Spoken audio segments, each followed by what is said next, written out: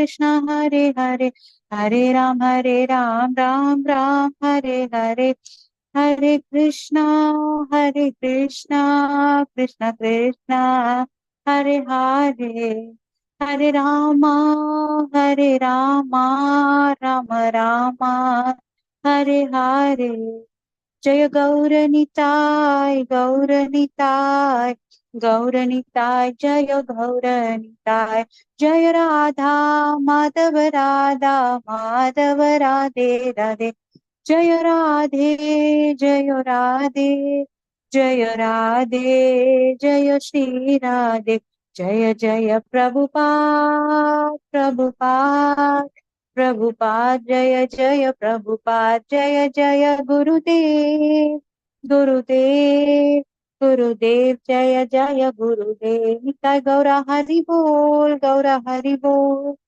Gaura Hari Bol Gaura Hari Bol. Thank you, Hare Mataji. I think we'll get started, Mataji. It's already 8:10. Yeah, yes, Prabhu. Yes, okay.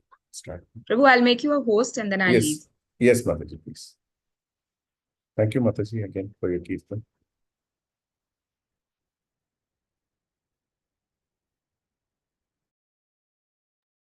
We'll get started. Om Madhyantmirandasya Kyananjanashalakaya Chakshurunmilitam Yena Tasmai Shri Gurave Namaha Shri Chaitanya Manobhishtam Stapitam Yena Bhutale Swayam Rupa Kadamayyam Tadati Swa Padantikam Vandeham Shri Guru Shri Yuta Padakamaram Shri Guru Vaishnavamsa Shri Rupam Sagrajatam Sagana Raghunatam Vitam Tam Sajivam Sadvaitam Savadutam Parijana Sahitam Krishna Chaitanya Deva Shri Radha Krishna Padam Sagana Lalita Shri Vishaka Mutamsya He Krishna Karuna Sindhu Deenabandhu Jagatpate Gopesha Gopika Kanta Radha Kanta Namostute Tapta Kanchana Gaurangi Radhe Vrindavaneshwari Vrishabhanu Sute Devi Pranamami Hari Priye Pancha Chakratarobhyasya Kripa Sindhubhya Evacha Patitanam Pavanebhyo Vaishnavebhyo Namo Namaha.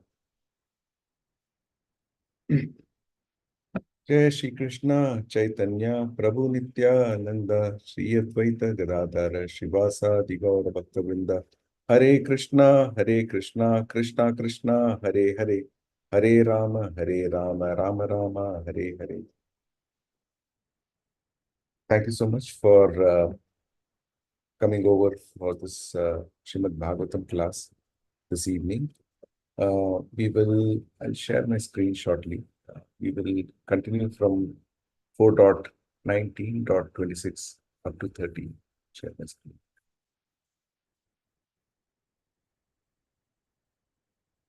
Please let me know once you're able to see my screen.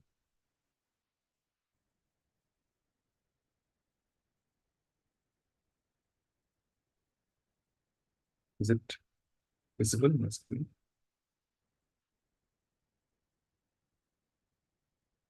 Anybody?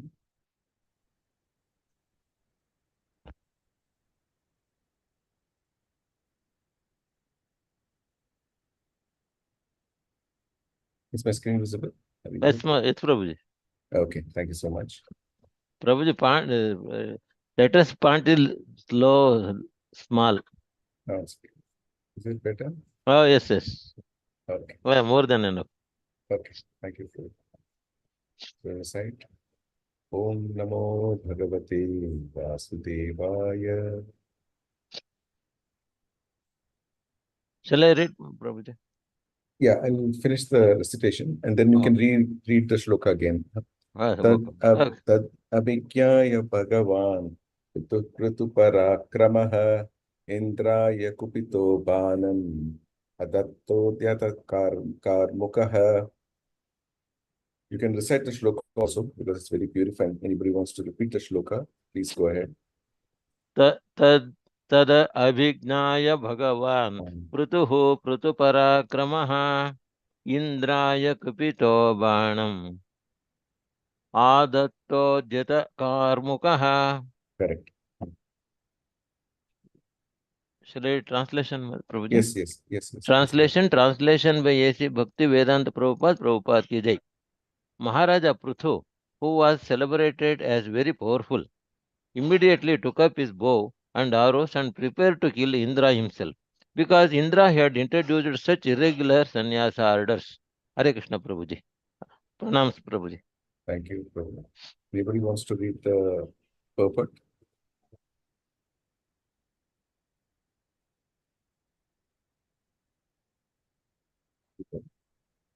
Shall I continue, Mata Prabhuji? Okay, please go ahead.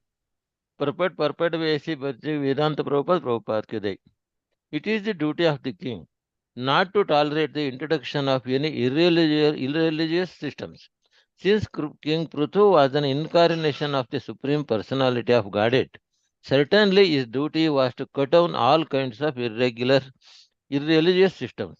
Following his footsteps, all heads of state should themselves be bona fide representatives of God and should cut down all irreligious systems. Unfortunately, they are cowards who declare a secular state. Such a mentality is a way of compromising religious and irreligious systems. But because of this, citizens are generally become uninterested in spiritual advancement. Thus, the situation deteriorates to such an extent that human society becomes hellish. Hare Krishna Prabhuji, Dandavas Prabhuji. Thank you so much, Prabhu. So, just to give a bit of a recap, what really happened. So, this Ashwamedha Yagya is on. Prithu Maharaj is conducting that. And Indra has basically played the spoil sport here, being envious of Prithu Maharaj's ability to equate in terms of the number of Ashwamedha Yagya that Maharaj performed, that will be equal to Indra. Indra didn't want any particular, it's like someone has set a world record. He doesn't want to see anyone else breaching it, breaking it. Right? So Indra, out of envy, essentially tried to steal the horse, not just once, twice. And in both occasions, Indra was basically, he took the form of a sannyasi, ascetic, a hermit. And because he took that form, Prithu Maharaj's son could not shoot him with arrows. Like, kings are always religious. And they wanted to protect the dharma by not shooting a ascetic sannyasi. So that essentially has led Prithu Maharaj to, he got incited. He got basically angry with Indra in this particular case. And that's for Indra, since he had introduced such irregular sannyasa orders, like ad hoc, taking a sannyasi form, and trying to, use it in a very incorrect way. Sannyasa order is for deliverance of people in society. It's not, and it's not a show that you put on and do things which are unscrupulous. So therefore, it becomes an irregular usage of sannyasa order, as mentioned in the translation. Now, going on, Prabhupada mentions a couple of interesting points here. The duty of the king is not to tolerate the introduction of any irreligious system. So one is the fact that the Ashwamedha Yagya is getting stopped. So that is one thing. So that is, if someone is stopping someone from conducting Yagya for the benefit of overall well-being of the world, then that is also irreligion. That is one. Second is usage or pretense of abusing the sannyasa order. Right? That is another irreligion. So there are two irreligions at play here. Since King Prithu was an incarnation of the Supreme Personality of Godhead, certainly his duty was to cut down, which is very appropriate, or which is very befitting of a king. Following in his footsteps, all heads of state should themselves be bona fide representatives of God and cut down all irreligious systems. Right. So the expectation is that typically what happens is, even if the king is religion personified, meaning someone who adheres to all religious practices, if his hierarchy of men, they are corrupt, then it doesn't help, right? And that the sins of that actually gets accumulated with the king again. So a king has to find excellent representatives, people who represent God and are very conducive to dharma, and they are looking at the overall well-being of the people in the state. So therefore the heads of state also need to be bona fide. They need to be ethical. They need to be religious. Unfortunately, there are cowards. They are cowards who declare a secular state. Now, it's a very, this is a remark which Prabhupada is making on modern governance systems. So secular systems typically mean that they wouldn't favor any particular religion. So secular means what? All religions are welcome. In the sense, no religion will be given any importance. Therefore, secularity trends in the way of atheism because they don't believe in any religion. So therefore, the one way to say is that every religion is welcome. And since nothing is followed, because they don't give importance to any religion, therefore, it trends towards atheism, right?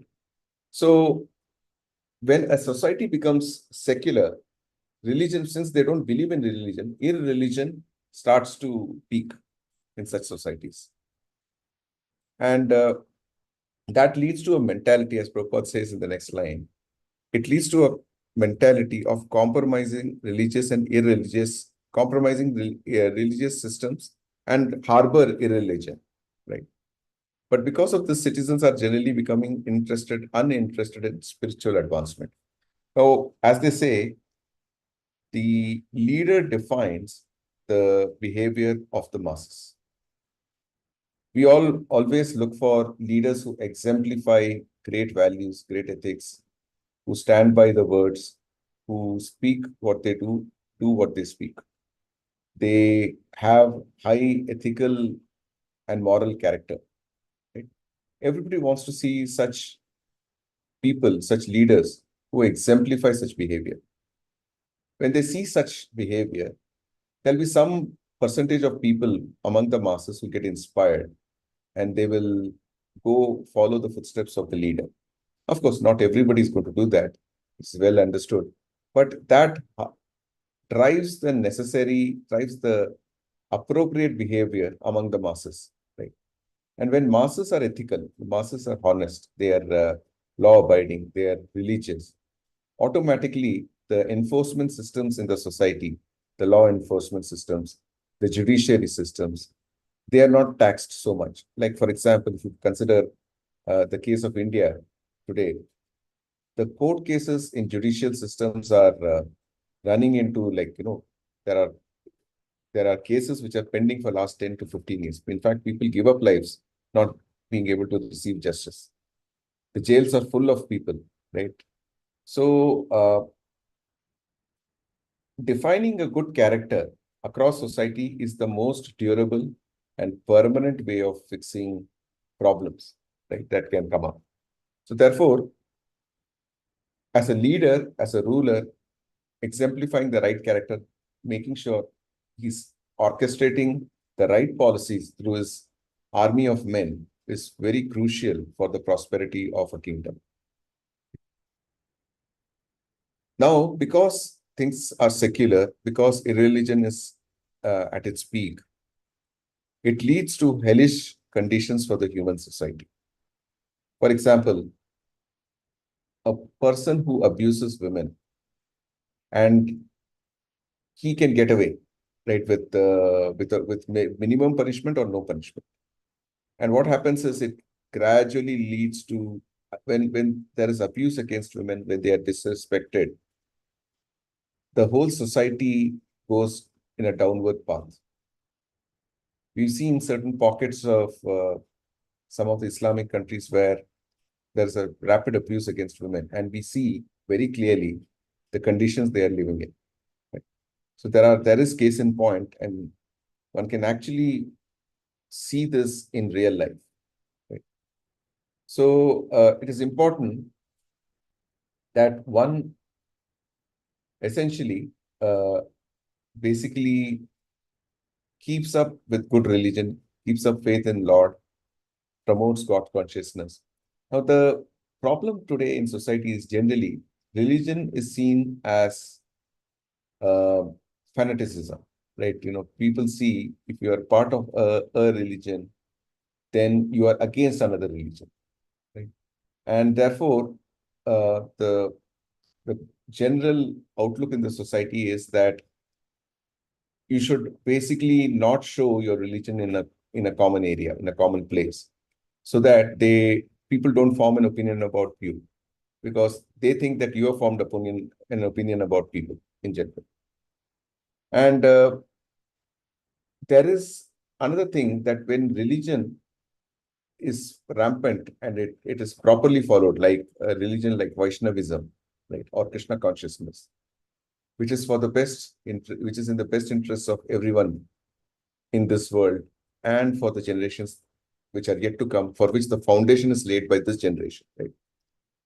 And that is a very important point. I'll take a little bit of detour to express this point, that let's say in this generation, there's no God consciousness. What's the hope that the generation that follows us will have any consciousness, will have any religiosity left?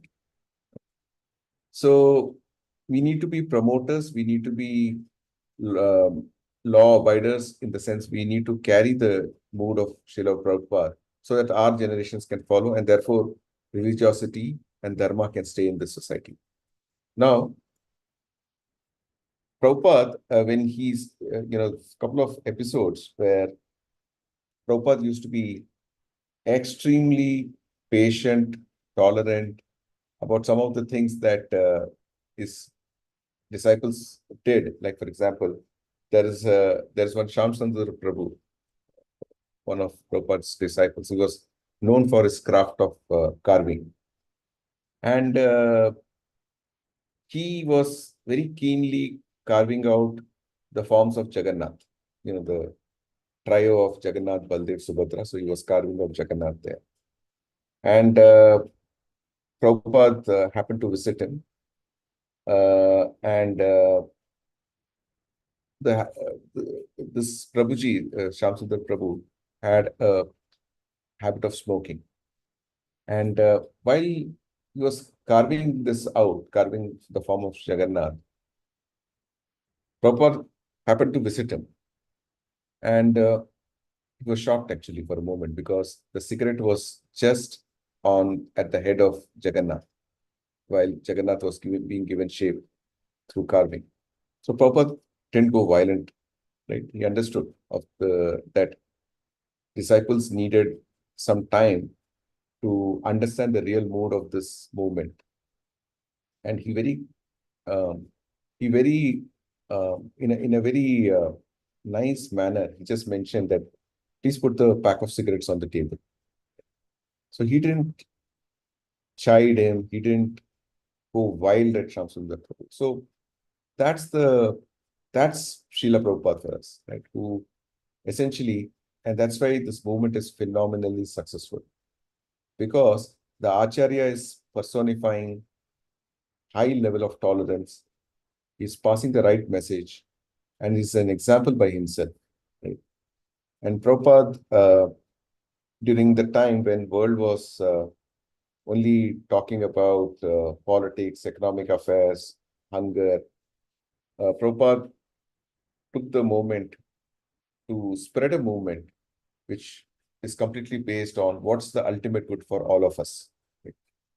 So another reason why citizens in this Kali Yuga take to hellish conditions is, since this age itself is aligned that way, that we are in an age of Kali, we are all weak in terms of our motives, sometimes our willingness, sometimes our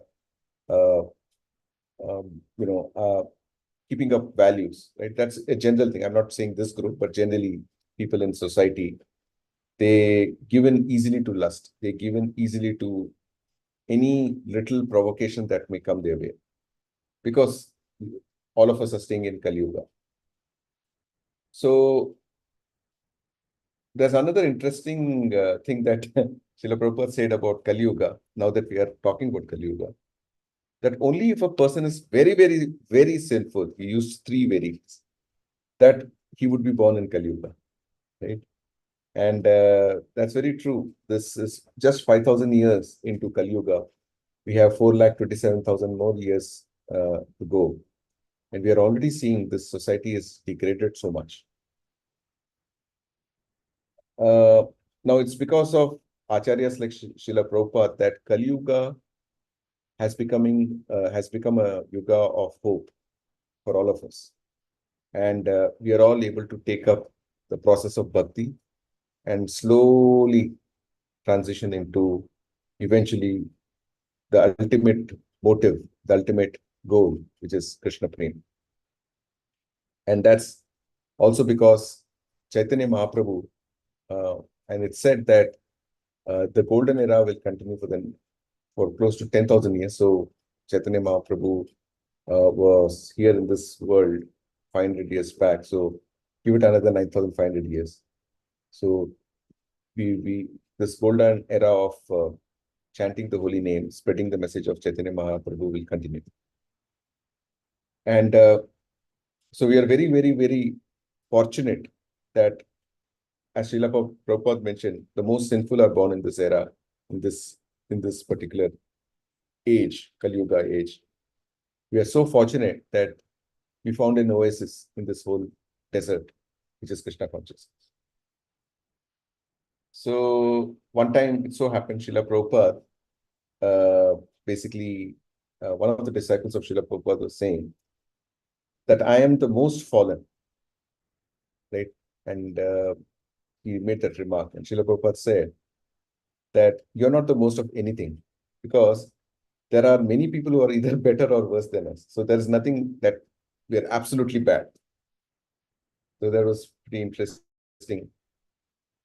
The other thing is that as we follow this movement and as we make rapid strides in terms of adherence to the 4 regulative principles and the chanting of holy names, we'll find that automatically the decisions we take are quite the decisions which take us closer towards Krishna, right?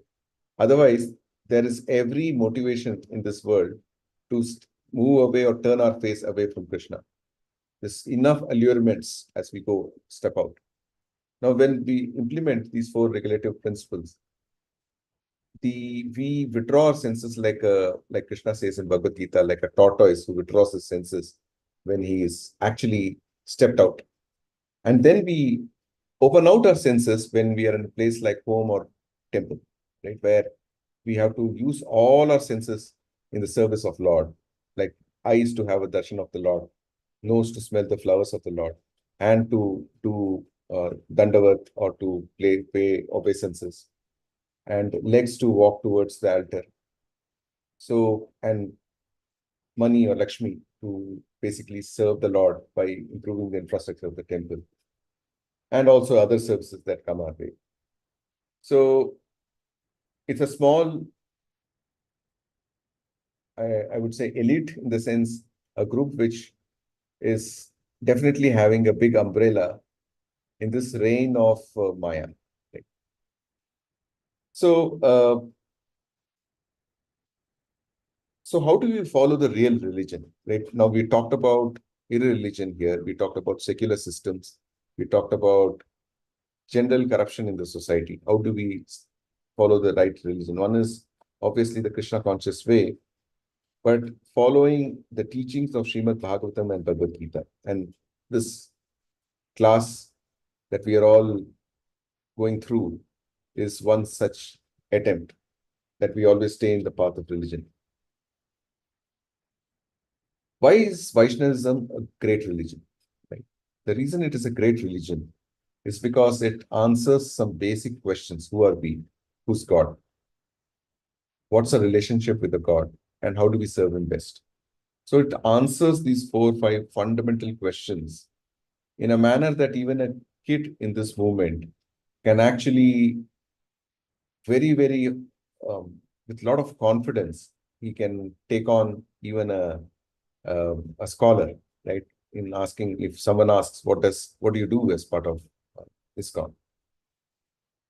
So Prabhupada has given us a treasure trove of books while he's not physically there with us. Through his books, we can always read his messages.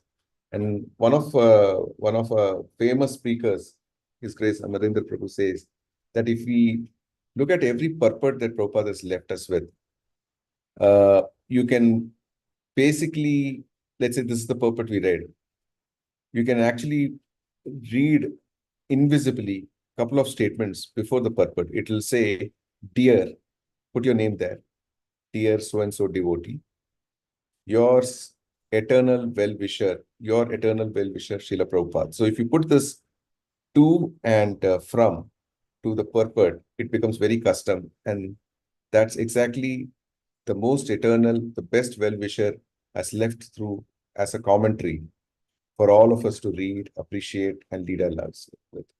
Right? So we are a minority, essentially, in a godless society. And in earlier ages, right, it used to be something like, if someone was practicing irreligion, or someone was an atheist, the department, the administration, the government would take care to either they get killed or they get put behind bars. Right? But here, essentially, the times that we are talking about, where Prithu Maharaj is going against Indra, he cannot stand the irreligion which Indra has exhibited through taking a form of sannyasi, and therefore he's targeting it. So one other thing to also note here is that Indra is under the influence of the 3 modes, essentially, right? So he's a demigod, he's still under the modes. He's empowered, but he's still under the influence of 3 modes. So therefore, this whole sequence of events is happening. Right? So that's something I want to cover in this. Any questions before we go to the next one?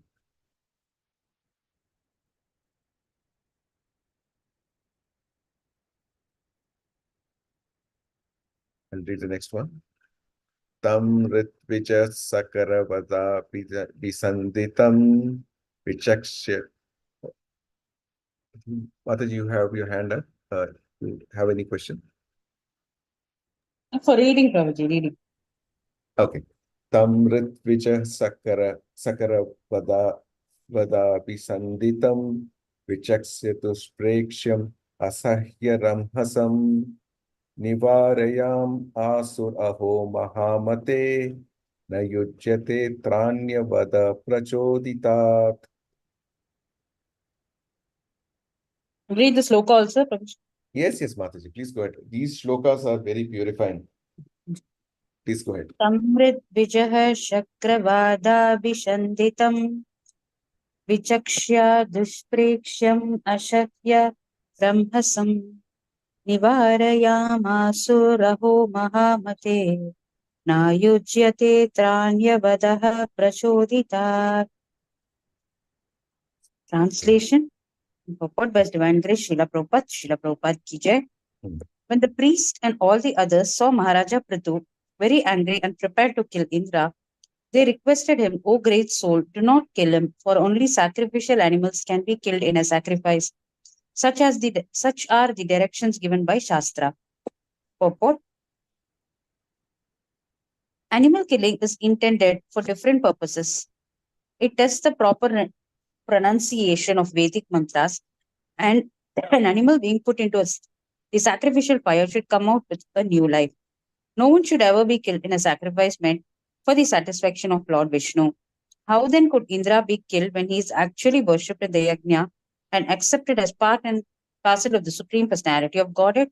Therefore, the priest requested King Prithu not to kill him. Thank you, Prabhuji.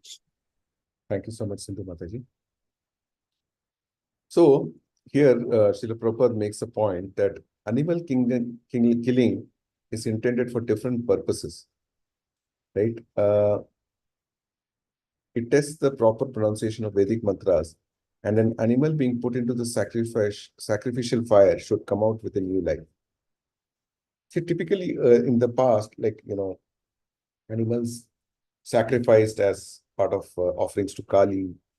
The intention was the Brahmanas who would facilitate such a sacrifice, they would utter mantras which are very powerful for a couple of reasons. One is those Brahmanas themselves are very powerful, they're very potent, and they are pronouncing the mantras properly, and therefore the animal being sacrificed will get a better destiny in the next life.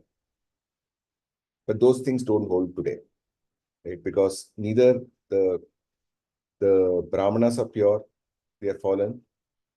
The mantras, in terms of how Brahmanas spell those mantras, pronunciation, sincerity, the potency has gone down overall, right?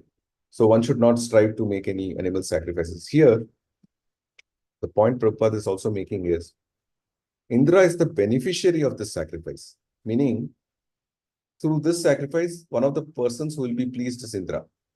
Now, how can he be targeted to be killed, right? So that's the part which is being talked about here. So normally the animals that are sacrificed are not demigods. Demigods are not the animals, right? Here you're looking at demigods being sacrificed, which is not correct, which is not the right thing to do. So that is one. Again, Indra is also basically a part and parcel, accepted part and parcel of the Supreme Personality of Godhead, and is worshipped by this yajna. So this yajna is the ultimate goal of this yajna is to please the Supreme Lord. When one of his own associates, close associates, is being targeted to be killed, then how will Supreme Personality of Godhead be happy? Right? Therefore, the priest requested King Prithu not to kill him by his own hands using bow and arrow. Right? So, yes, so that's one thing. We'll also take some life lessons after we cover these shlokas. What are the lessons we can learn from some of these shlokas?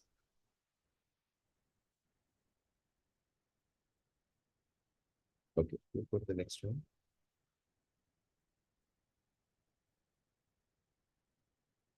Vayam marutvantam ihartanashanam vayamahe tvachravasa hatatvasham ayatayamo pahaver anantaram prasahya rajan juhavamate hitam.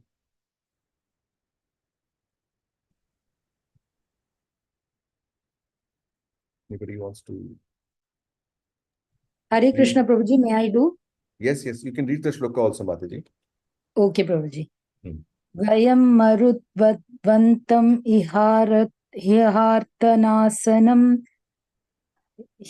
havaya mahetva Travasahatatvisam ayataya mopahaya have anantaram prasaya rajan juhavamite hitam.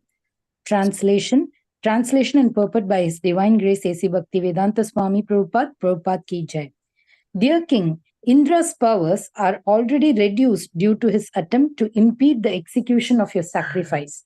We shall call him by Vedic mantras which were never before used, and certainly he will come. Thus, by the power of our mantra, we shall cast him into the fire because he is your enemy. Purport. By chanting the Vedic mantras properly in a sacrifice, one can perform many wonderful things. In Kali Yuga, however, there are no qualified Brahmanas who can chant the mantras properly. Consequently, no attempt should be made to perform such big sacrifices. In this age, the only sacrifice recommended is the Sankirtana movement. Hare Krishna, Prabhuji. Thank you, Mataji.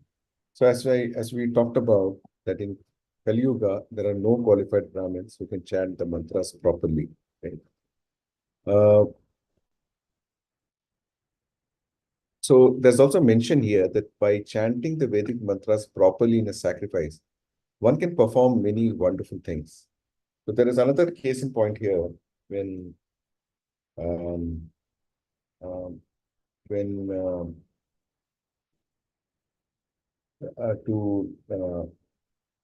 so this king's name I'm forgetting, who was the grandson of Parikshit Maharaj, grandson of Parikshit Maharaj. Do you remember? Anybody remembers? King Vena, Prabhuji? King No, Vena? Grandson of Parikshit Maharaj. Prabhuji, Janamejaya. Janamejaya. Thank you so much, Prabhu. Janamejaya.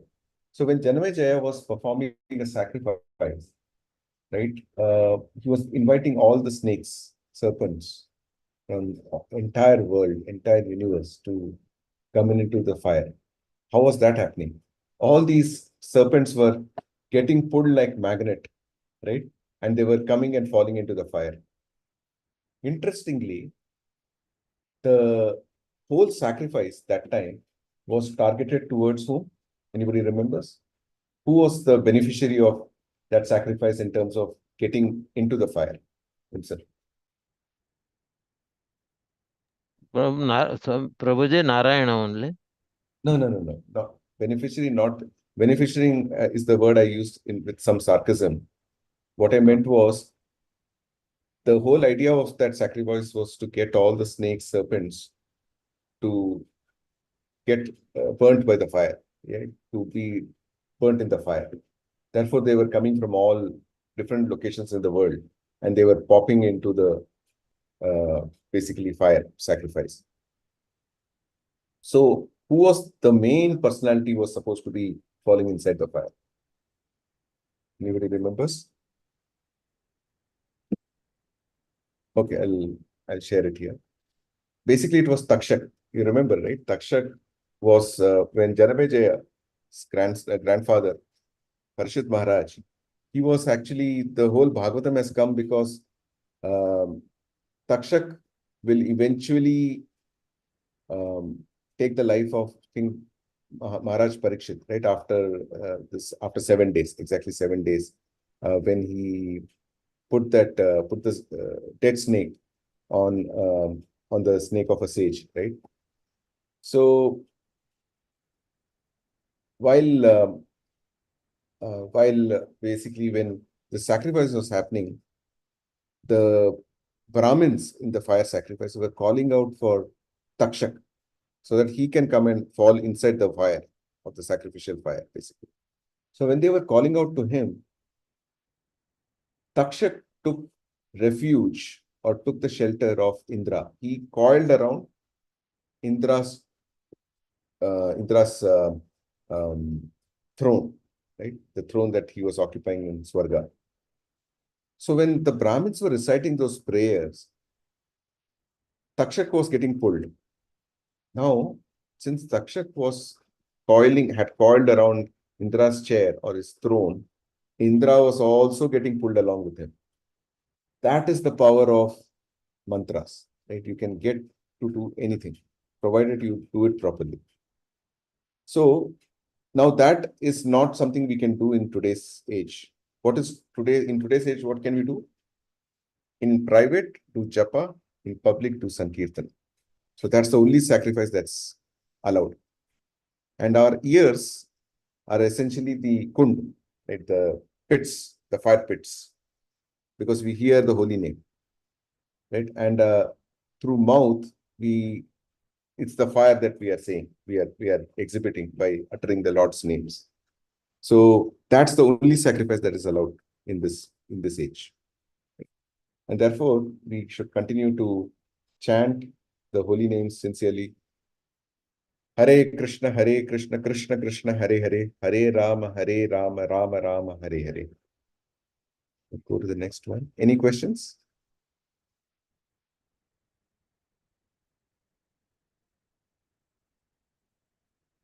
Itya mantraya kritapatim vidurasya Shrukastan juhvato pyetya swayambhu pratyasedata. Anybody wants to recite the shloka and then. Very good.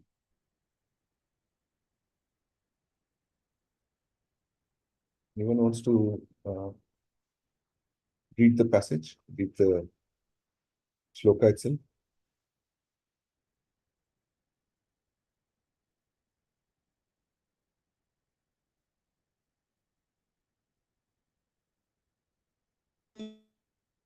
Those who haven't read, Prabhuji, they want to read, or else I can read. Yeah, go ahead, Mataji. I don't think anybody is shown and kind of volunteered. Okay, I think I see now Kishori Mataji. Mataji, you want to go ahead? Hare Krishna, Prabhuji. Yes. Please go ahead, Mataji. Sure, Prabhuji. Ityamantraya kratupatim vidurasya trirjorusa strugdhasta ajruhratobhyetya swayambhuho pratyashedhata. Translation and purport by Srila Prabhupada. Srila Prabhupada ki jai. My dear Vidura, after giving the king this advice, the priest who had been engaged in performing the sacrifice called for Indra, the king of heaven, in a mood of great anger. When they were just ready to put the oblation in the fire, Lord Brahma appeared on the scene and forbade them to start the sacrifice. Hare Krishna Prabhuji. Thank you. Thank you, Mataji. So of course, now instead of the king having to do all this, the Brahmins in the fire sacrifice were willing to help the king. They said, as a karta, please do not go ahead and kill your, please do not harm Indra. We will do that job for you, right? Because he's your enemy, we'll help out. And they were more than keen in reciting those prayers and bringing, and they also mentioned a very interesting point. Because Indra impeded these fire sacrifices, his power he's become weak in terms of powers. That's a very significant point that was made in the previous shloka. See, what happens is the number of sins we accumulate, it will show up somewhere. For example, many times the sins will show up either through bad health, or it will show up by making someone financially weak, or it will show up definitely, and the most disastrous outcome sins can have is essentially weakening somebody's spiritual vigor, right? Somebody is no longer keen in chanting the holy names. That can also happen because of sins and offenses. So here he is offended Prithu Maharaj, therefore he has become weak. So once he becomes weak, he can be an easy prey in terms of getting him to come into the fire pit, right? Because he has become weak, the shlokas will have a telling effect on him. So Indra, still being a king of heaven and still an empowered part and parcel of the Lord, it shouldn't happen that the king of the heaven is sacrificed in a fire sacrifice. So Brahma, who's the creator, the chief creator of this universe, immediately interjected. And he appeared on the scene and forbade them to start this sacrifice. Go to the next. Any questions?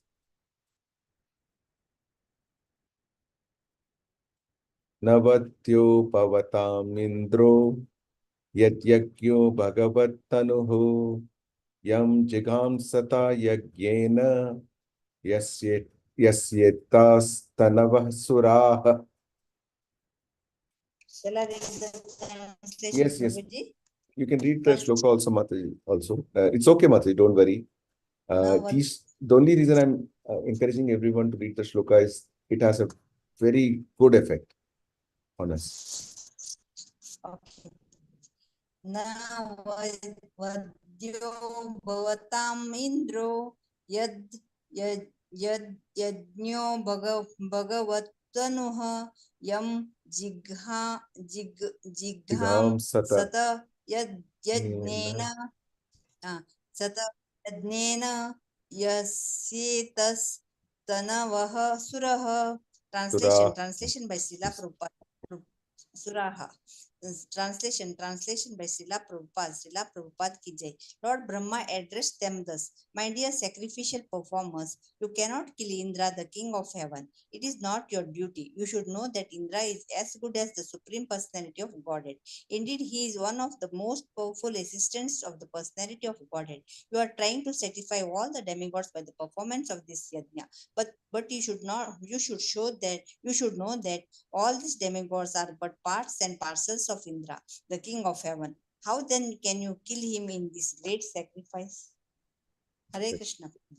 Thank you so much, Mataji. Something we discussed in previous shlokas also. So Lord Brahma is making this point here that the one who's the beneficiary, we are trying to satisfy the demigods through this fire sacrifice.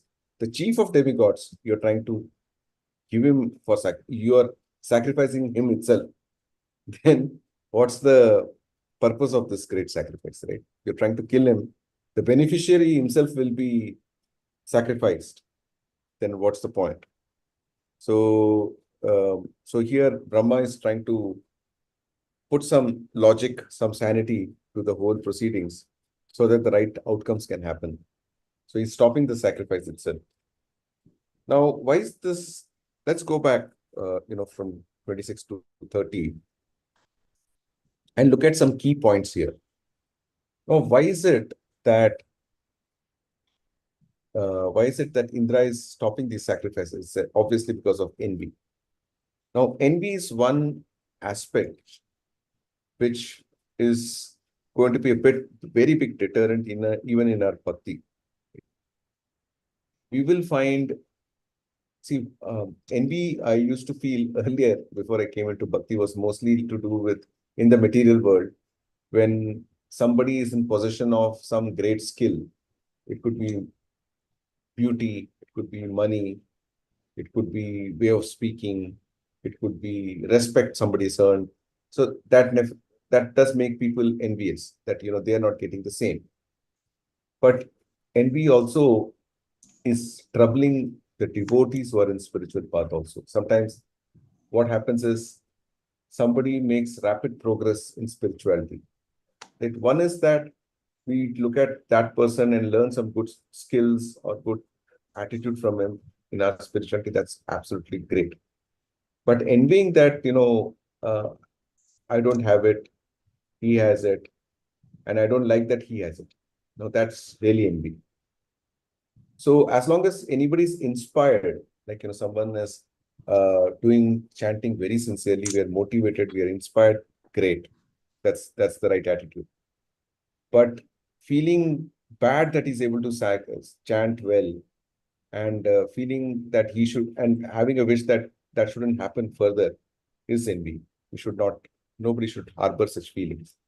But unfortunately, those feelings do come up. Now,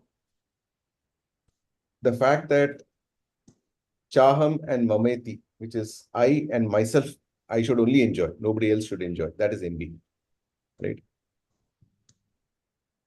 Very fundamentally, the reason we exist in this material world is because of the envy of the Lord. We conditioned souls could not tolerate Krishna's position. Somewhere we became envious of him. And therefore, Krishna gave us an arrangement where, Krishna's he's the enjoyer and we are the enjoyer. We are the ones who will be enjoyed. But we wanted to be the ultimate enjoyer. So he sent us to a material world, which is temporary and full of miseries. And here, Krishna is saying that you do what you think is best for you. He gives Jivatmas that free will, and therefore we are here. It's essentially envy because of which we are here. So envy is very, very, very detrimental to our spiritual progress. Now, there was an interesting story Srila Prabhupada talks about where the different organs of the body had a competition. So, who is able to feed the body? The hand said, I'm the one who plucks the chapati. The leg said, I'm the one who walks up to the food. Right? I'm the one who takes the person to the food. The mouth says, I'm the one who's helping you chew the food. But when these 3-4 organs are quarreling or basically, making their case with each other, they looked at the stomach. This guy is silent. He has nothing to do. He's a beneficiary of all the hard work we're putting. So let's do one thing. Let's teach him a lesson. And we will not feed him at all. So they did that. And then what happened was, of course, when the food doesn't get digested by stomach because the stomach is not being fed, obviously these other senses started to get weaker. The foot had no strength to walk. Mouth had no capability to chew. The hand had no capability to pick up anything. But they soon realized that it's essentially the stomach which is doing the work for us. We all are a team and we need to help out each other. And they made that determination. Hare Krishna. Mataji, you may want to go silent. Hare Krishna. Okay. So, His Holiness Radhanath Swami makes a very interesting point about envy. He says, in materialistic society, people love it when they see that others envy them. There was this famous ad from a company called Onida. Divya Mataji, I think you're... Hare Krishna. You have to mute Mataji. Divya Mataji. Can I mute? I'll just mute. Yes, so there was this very interesting ad from an Indian company called Onida, long back, must be probably 2-3 decades back or more. Neighbors envy, owners pride. So the whole tagline was based on the fact that people love it when they see that they are envious of them because they feel they are in possession of something which nobody else is. Right? So it's very interesting how this modern society is. So how do we treat this disease called envy? By keeping Krishna in center of everything. Say, for example, if we see someone who's very capable, someone who's reciting shlokas beautifully, someone who's speaking Krishna Katha beautifully, very sweet, it's like literally have a feast of sweets when somebody is actually rendering Krishna Katha, then we need to see how Lord has empowered the soul, how Lord has given him the intelligence, the capability to fulfill Lord's own desires of essentially establishing God consciousness. So when we look at everything from Krishna's angle, when we see Krishna's hand behind everything, the envy automatically goes away. Right? For example, if somebody is wealthy, an outlook can be that how Krishna has empowered the soul with wealth that he can contribute towards a lot of yagyas, basically contribute towards Krishna conscious activities. So basically putting Krishna in center of all activities. So that will be very helpful in treating this disease called envy. So another way to purify ourselves from this disease called envy is to continue to chant with more sincerity. And essentially, when one does that, there's a very interesting analogy given in Bhagavad Gita that in earlier times, there used to be many wells, right? One well would be used for cooking, one well used to be used for taking bath, one for washing the utensils, for example, like that.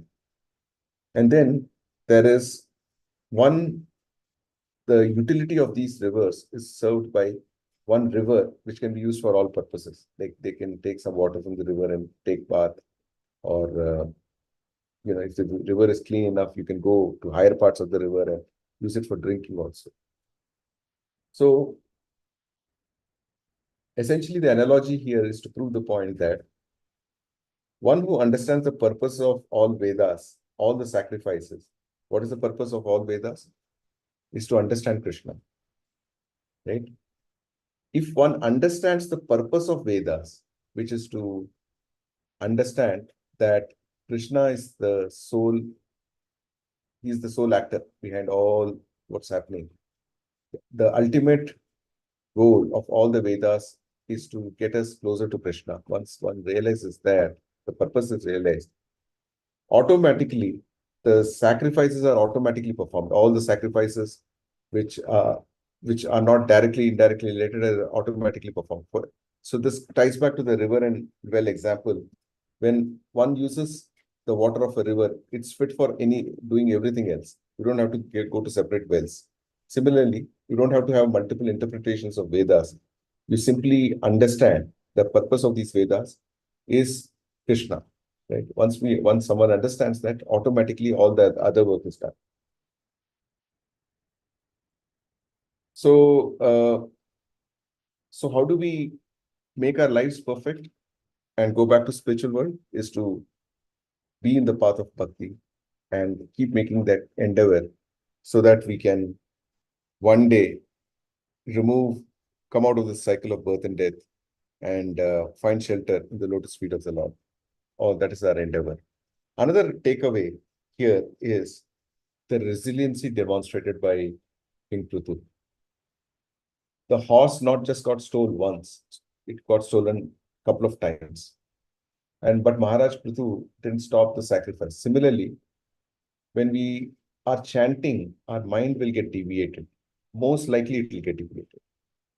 Now, rather than getting frustrated that my mind is not in chanting of the holy names, if we keep practicing, if we put that resiliency, which Maharaj Prithu showed in getting the fire sacrifice done, then through intense training and practice, we can actually one day chant the holy names with a lot of single-minded focus and determination, and ensure that nothing else is running in our mind. So resiliency is one thing, envy we talked about, and few other things that we also talked about is how we need to stay in the path of religion, right? We talked about how religiosity is very important for the society, so that the overall good for all the citizens in the society can happen. Right? Not everything can be dictated by enforcing laws or judiciary. A lot of what we do, how we live in society, is self-managed by good habits, good manners, good practices. So yes, with that, I will end the class today. Any questions? Hare Krishna.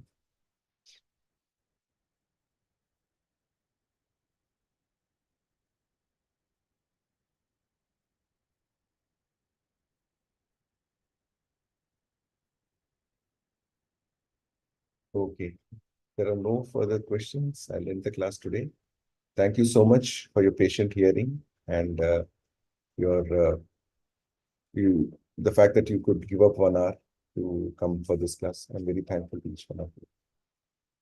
Srila Prabhupada ki jai. Gurudev ki jai. Hare Krishna. Thank you, Prabhuji. Hare Thank you. Krishna. Hare Krishna, Thank you so much. Prabhuji. Thank you. Hare so much. Krishna, Thank you, Prabhuji. Prabhuji. Hare Thank you so Krishna. much. Thank you so much. Hare Krishna.